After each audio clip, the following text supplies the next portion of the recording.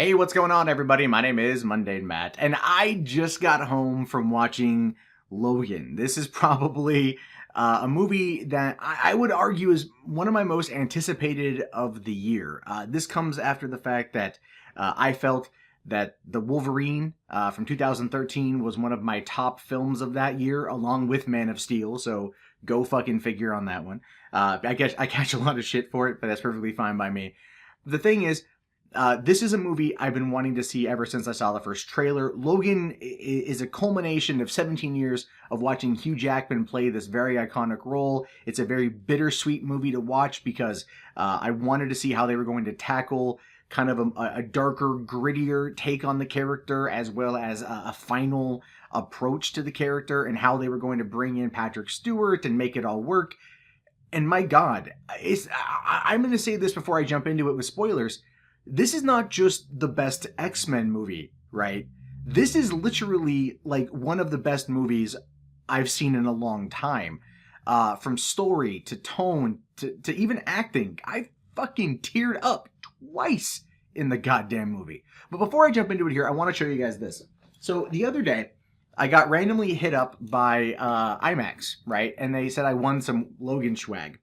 So they sent me these movie prop things. This isn't a sponsorship. They literally sent this to me. I thought it was really fucking cool, so I wanted to show them with you guys because that's going on my god damn it, it's going on my wall.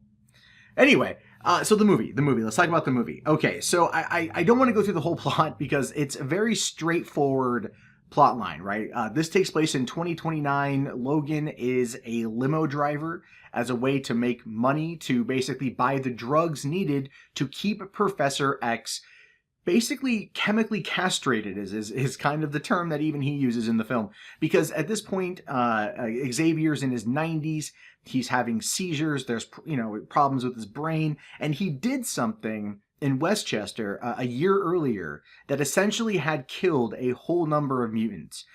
They don't ever go into everything, but he basically has a huge seizure, and that killed a whole bunch of people, wounded a whole bunch of people, and so Logan took him and Caliban down to Mexico, and they have him in a water tank basically trying to protect him while they kind of just wait for Professor X to die, because that's the only thing Logan can do. At this point, there are no more mutants. They're pretty much all gone, or they're in hiding.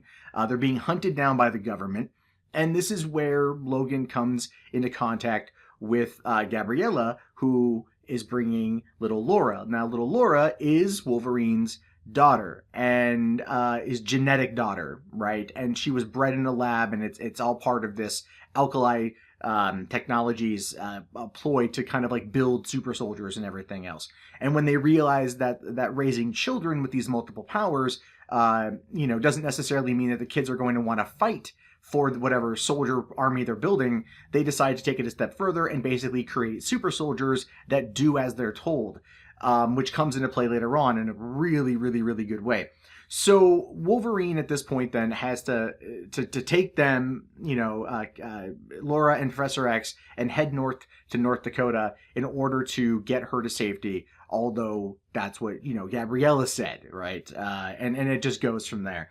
The movie is good. I just want to say, like, the opening of the movie is Logan passed out in his car in the limo. A couple vatos are trying to steal the fucking tires from it. He gets out and he's kind of drunk and he's like, I'm fucking, like, you guys don't want to do this.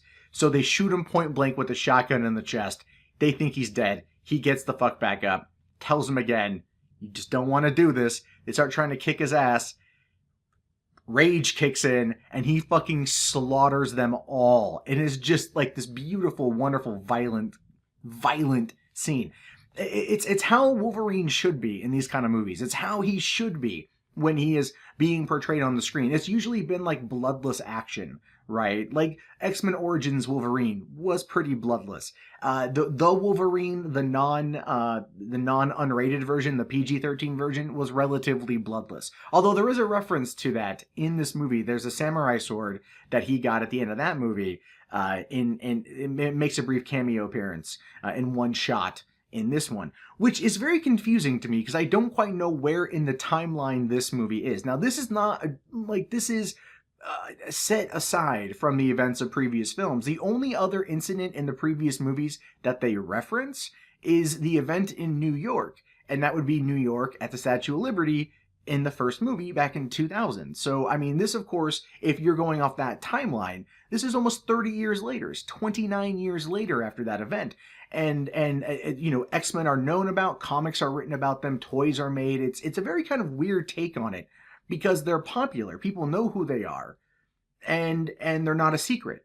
Which leads me to believe that this follows in the timeline of events following X-Men Days of Future Past, where the world saw Magneto drop the stadium. They saw all those things. They saw Mystique. They saw Beast. And so that was where the continuation of it goes, but they don't really ever touch on that. There's no mention of just about anybody else. The only other real mention of a side character is there's one scene where he goes to a funeral, and you see this in the trailer, and he's taking a shot of Fireball whiskey, and you see Peters written on the thing. I don't know if that's a direct reference to something or not. I don't know. I got no fucking idea who Peters is, but that's like the only name you really see, and I don't know if it's significant. I just don't know.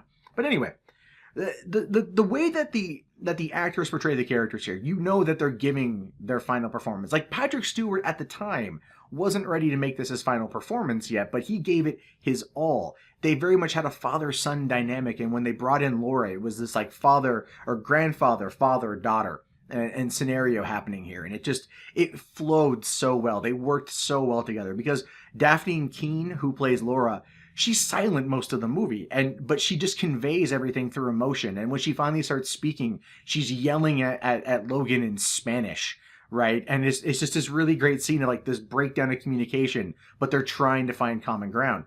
And as we've been kind of discovering throughout the course of the movie, Logan is sick. He doesn't know what it is, but it's really the adamantium skeleton. As his healing powers are starting to fail, the adamantium is poisoning him, so he is effectively dying. He's just dealing with it in his own way. He's not healing as fast, and he's something he kind of always battles with when he gets into these kind of fights.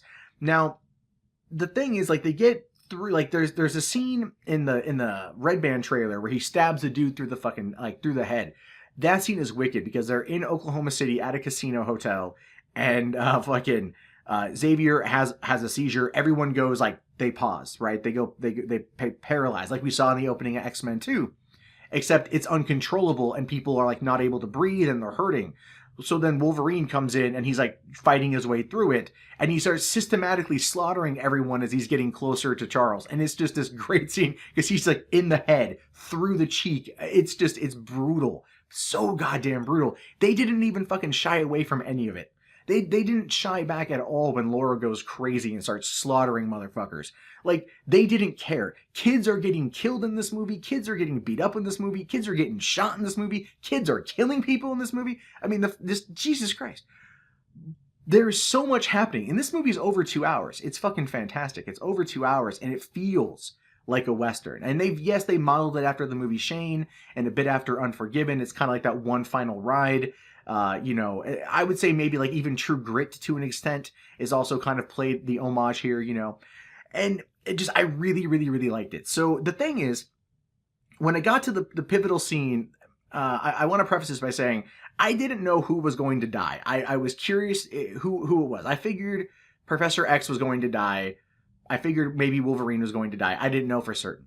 But I was watching Patrick Stewart on the Late Show with Stephen Colbert the other night, and Colbert was talking about how he saw the movie, and he says, I cried. And when he says he cried, Patrick Stewart reaches out and he grabs his hand, and he says, it's okay. And I watched that, and when he said that, I knew he died, and I'm like, God damn it, I'm gonna fucking weep. I'm gonna get teary-eyed. Mr. Epstein, a friend of mine, you guys might know him. He watched this movie twice already, and he said he cried at the second time of it too. And I'm assuming I know where it happened. But when the scene where Professor X dies is just it's a mind fuck scene because you don't know if it's real or if it's a dream. You don't know, and that's what throws you for a loop. Is basically a clone of Wolverine, complete with the adamantium skeleton, comes in and slaughters everyone in this house. including killing Professor X, who is at that point going, this is the best day I've had in a long time. I don't know if I deserve it, referencing back to what happened in Westchester. And it's a sweet, sweet moment, and then he just gets stabbed in the fucking chest, you know, and then a few minutes later, he's dead. And Wolverine goes fucking apeshit when that happens, and goes after this clone. And the clone is kicking his ass, except the other guy who lives in the house, like, came in and saved the day at the last minute.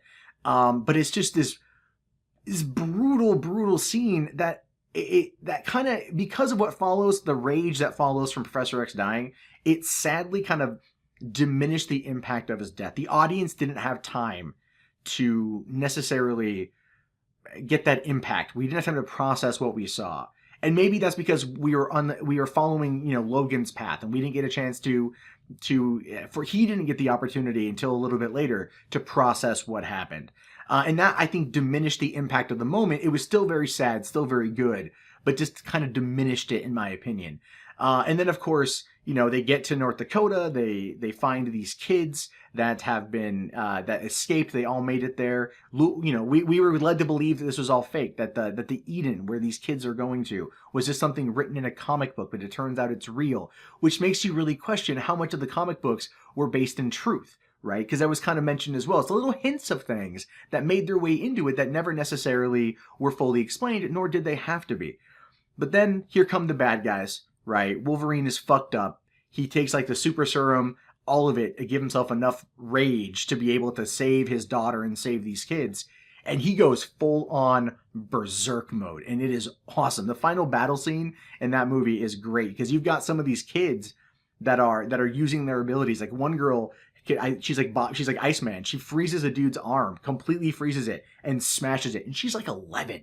Right? Like, I mean, all of these kids are like, they're killing people. They're fucking, one girl like controls pine needles and tears dudes apart with that. It's brutal. It's violent. It's amazing. But at the end, Wolverine ends up fighting his clone once again. And this clone fucks him up. And like, he's weak and rams him into a tree and just impales him in the tree. And you know that's it for Wolverine. And as he's going to get killed by this clone, Laura is able to get her hands. She has Wolverine's adamantium bullet, the bullet he was saving to kill himself with, and she uses that to blow off half of fucking, you know, clone Wolverine's head. And then, of course, they have their final moment. They basically say goodbye. He says, don't be like what they want you to be. Don't be what they made you. Which is in his mind, which is, in my take on that, was him saying, don't be me. Don't be what I did.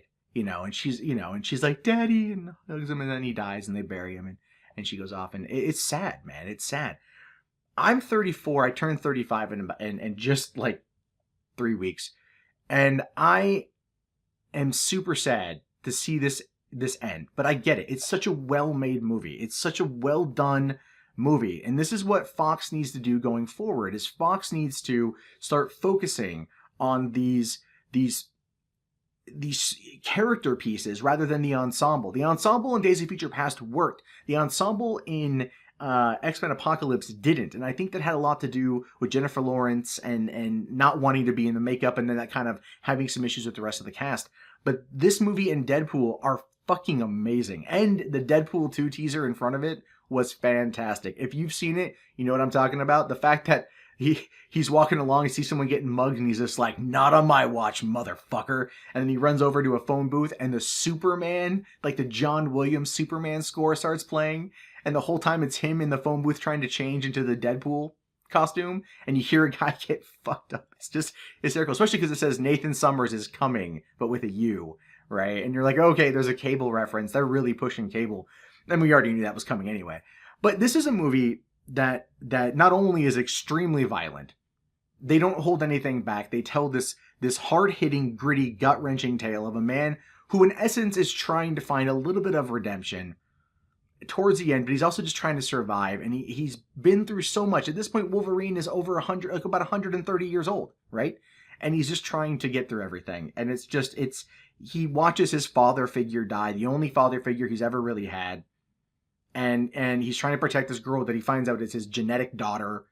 And it's just all of these emotions. And Hugh Jackman brought it. Patrick Stewart brought it. Daphne Keane brought it. Stephen Merchant brought it. Everyone brought it. This is... I am so enthralled by what they were able to accomplish. it's such a great send off. I can't wait to go see. I'm seeing it again on Sunday in IMAX with my girlfriend, and I can't wait to go see it again. And I really recommend you guys see it. So if you guys saw it, write your comments down below what you guys think. I really want to know. My name, of course, is Mundane Matt. I will talk to you guys later. Also, if you guys haven't already, check out my movie news channel, 3 Buck Theater. That will be linked below in the video description. And I'll talk to you guys later. Have a good one. Peace out.